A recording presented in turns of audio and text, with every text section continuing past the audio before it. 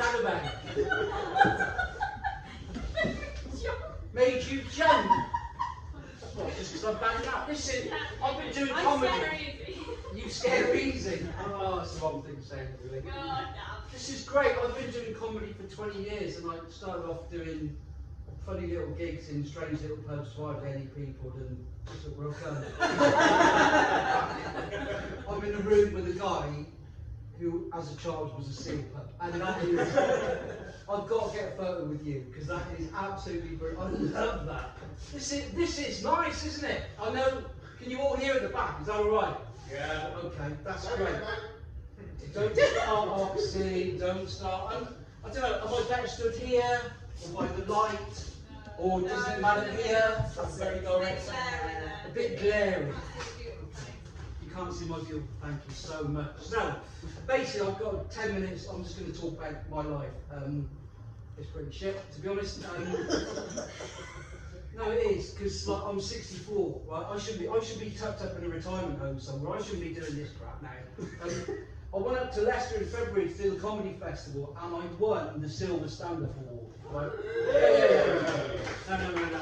It's not as glamorous as it seems. Basically, it's a competition. To qualify, you've got to be over 55. There's no upper age limit. Backstage was like God's waiting room for comedians, I've got to be honest. Just before one of the acts was going to go on, he fell asleep. And we weren't sure whether he was asleep or dead. And somebody said, do you think we should wake him? Like, no, because it'll increase our chances. You get 5 minutes, give her 5 minutes, and I won it. Really excited, phoned my wife. I said, you're never going to believe it. After 4 years of trying, I finally won it. She said, oh, that's fantastic. What did you win? Well, and you will have deduced from her accent that I am in fact married to a lady from Bangladesh. I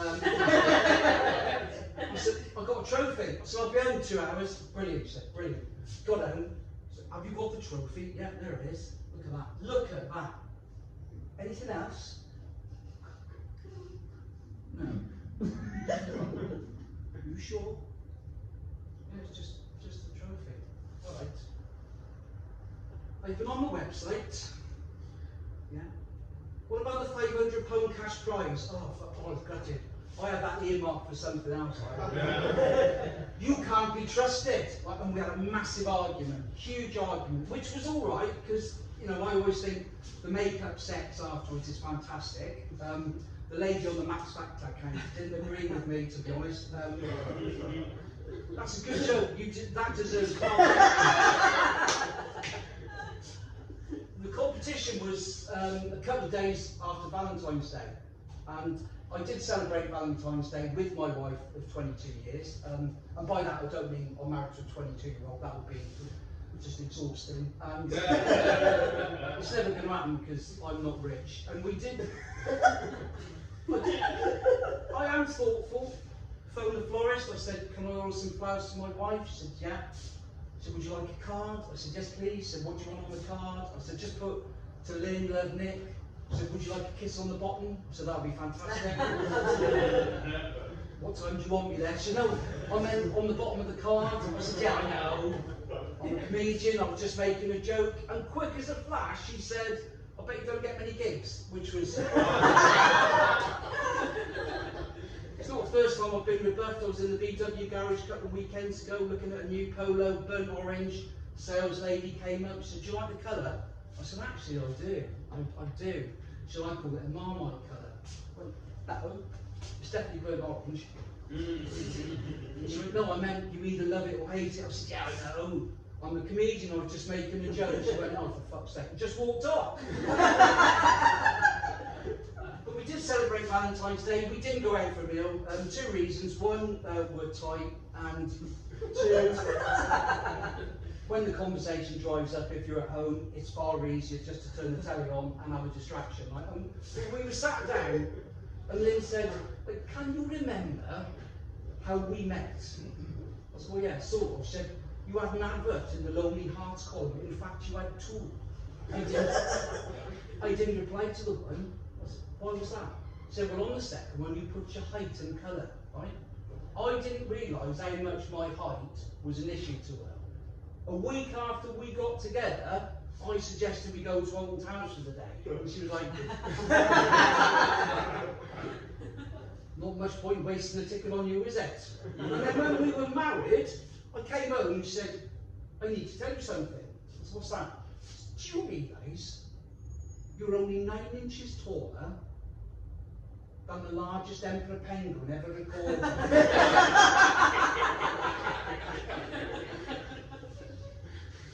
Doesn't end there. She was out walking the dog the other day, and she came back and she said, oh, I bumped into somebody, and he said, is that Murphy? Yes. So I saw him out with your husband the other day, and she said to this bloke, oh, you mean the little fella? We were in Hastings at the weekend, just wandering around the old town, having a nice time. We were getting on fine. She went, Nick, look at that man. What? And I didn't know what she was looking at. I said, what man? That man there. I said, what about him? He's as small as you. And I said, and then she said, well, you don't see many about these days, do you? I thought, I just want to kill her.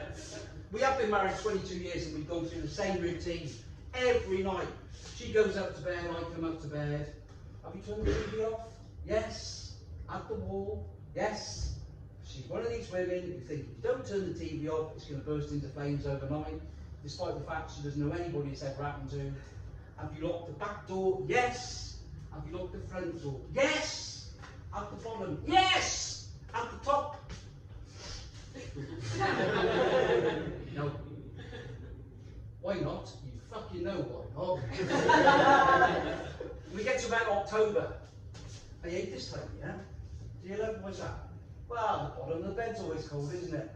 I don't know, my legs have never been down there. To be quite honest with you.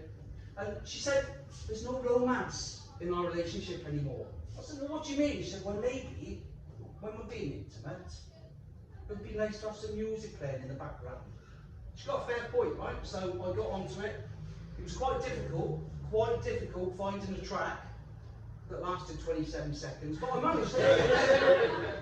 We were getting down, and I put the first song on, Make It With You by Greg. Lovely song, just got us in the mood. I think my choice of song number 2, the theme for Match of the Day, that sort of spoiled it. And they said there's no surprises in our relationship anymore, is there? So the other night, she was in the bathroom getting ready. I went to the bedroom, turned the lights off, lit some candles, hid under the bed. And when she came in, I just grabbed her ankles. And apparently that wasn't the surprise she had in mind. But she did surprise me just before Christmas. She said, you have remembered you're picking me up from my work stool tomorrow. Now that did come as a surprise, because she's self-employed and works from home. But I got there at the allocated time, she got in the car, and all I said to her was, have you had a nice time? Are you saying I'm drunk? Oh, no, I'm not saying you're drunk, but clearly you've had a drink, haven't you? And I got silence for 5 minutes. And then I got the classic. I don't think you love me. In fact, I don't think you ever loved me. I said, well, I do, I have. Can't guarantee that going forwards. Well, if you love me, you can prove it right now. Okay, how am I going to do that? So you can get on top of me, and we're going to have sex in this car. I said, well, we're not. She said, well, give me one good reason why not. I said, well, I'll tell you what, I'll give you 3. She said, go on then. I said, well, number 1, it's 4 o'clock in the afternoon. Number 2, we're still outside Wetherspoons. And number 3, we've got your girlfriend Chris in the back of the car who's going to give you a lift home. And that's the thing, right? She's got a girlfriend, I've got no issue with that whatsoever. On Sunday, the 2 of them are going on a 7-night cruise to Norway. 7 nights, just the 2 of them. I've got no problem with that at all. I was 1 night away with my girlfriend. Oh, we did dry January this year. We still drank, just no sex, but it was sort of drink.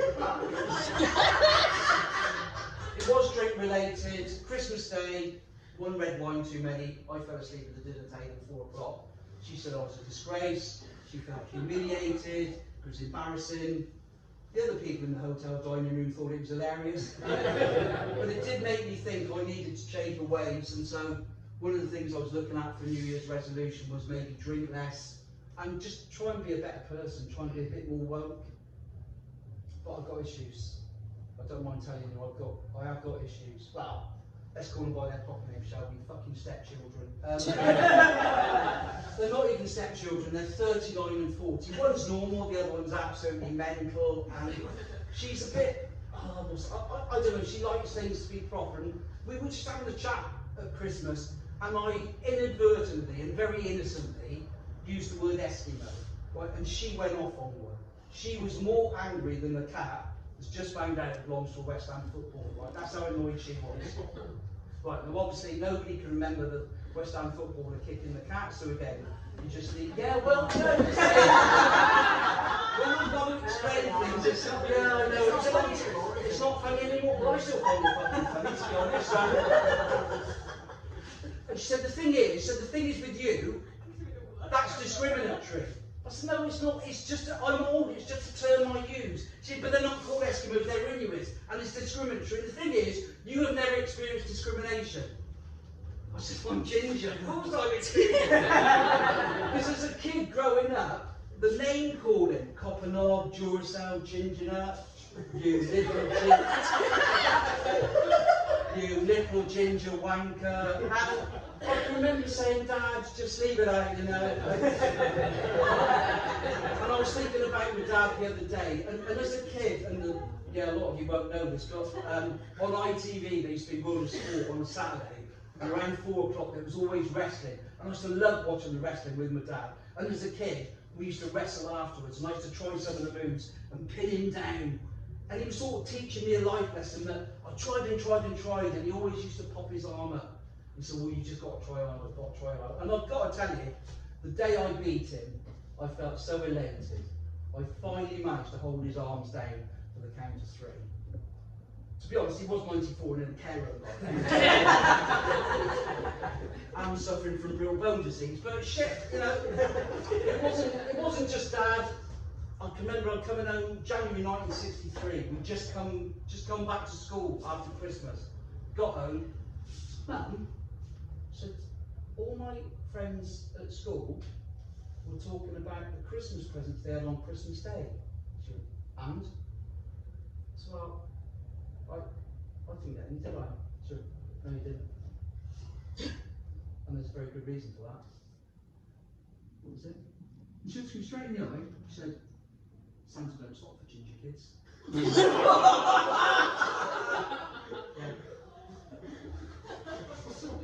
To be fair, I've got 2 ginger kids.